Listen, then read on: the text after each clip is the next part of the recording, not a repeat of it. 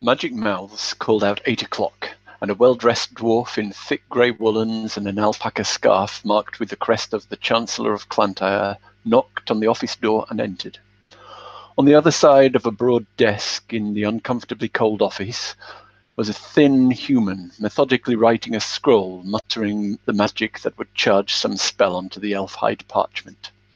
Another servant was reading a letter to the Chancellor from some foreign dignitary. Bishop's Pawn 3 to N7. Well, Master Grimtooth, what do you have for me today? An invisible servant moved a playing piece on an exquisite game board in the corner, and the dwarf bowed slightly, handing over his report. The Chancellor looked over it while dictating a letter in some foreign language back to the invisible servant.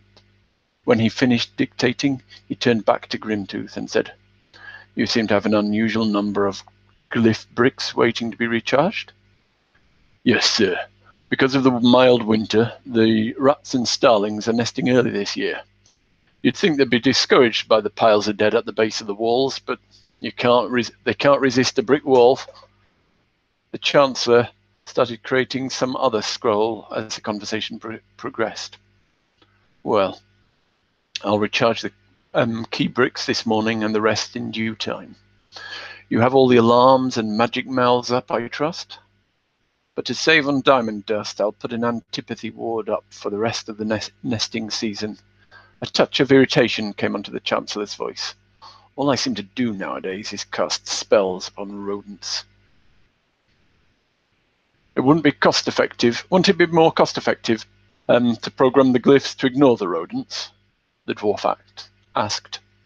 "A false economy. There are enemy assassins that can take the form of these creatures. My glyphs affect everything they touch, present company excepted. The older rats avoid Crown Guard, but the first-year rodents haven't developed their elder's caution. There are fools in every race. Yes, sir, except liches."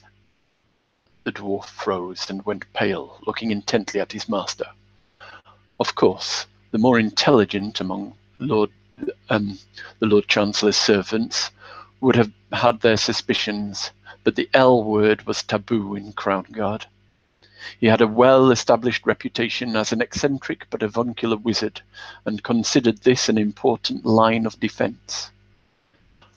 Was this a slip of the tongue, so common among the living, or a clue of some enemy masquerading in the body of his maintenance master?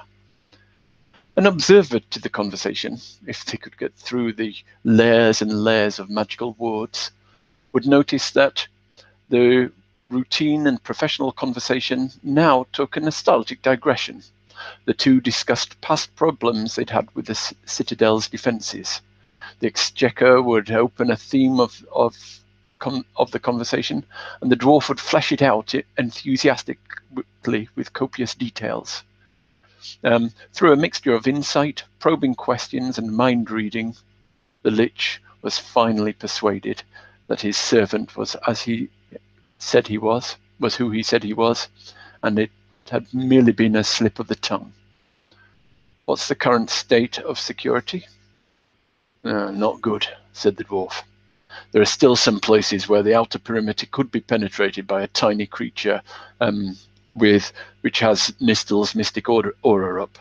Twice during the last week, a small creature could have got through too, but these breaches were plugged within 10 minutes, and the corpses of the rodents or birds that had caused them were found." "Any incidents on the inner wall?" "A human-sized breach was caused by one of your zombies that for some reason triggered the glyphs, but we plugged it within 2 minutes and couldn't detect any sign of intrusion. We suspect it was a misheard command." "It happens amongst the rotting." "Anything else?"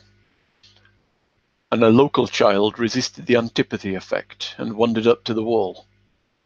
"Does it still live?" "Yes.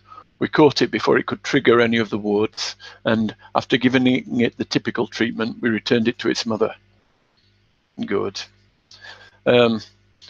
If it's a genuine child, it won't come back, and my reputation has not been hurt. It could have, but I could have done with a stray child. Are you ready? Yes, sir. Happy to serve. The Exchequer made sure he was sitting comfortably in his armchair, with both hands resting on the arms and his head against the headrest.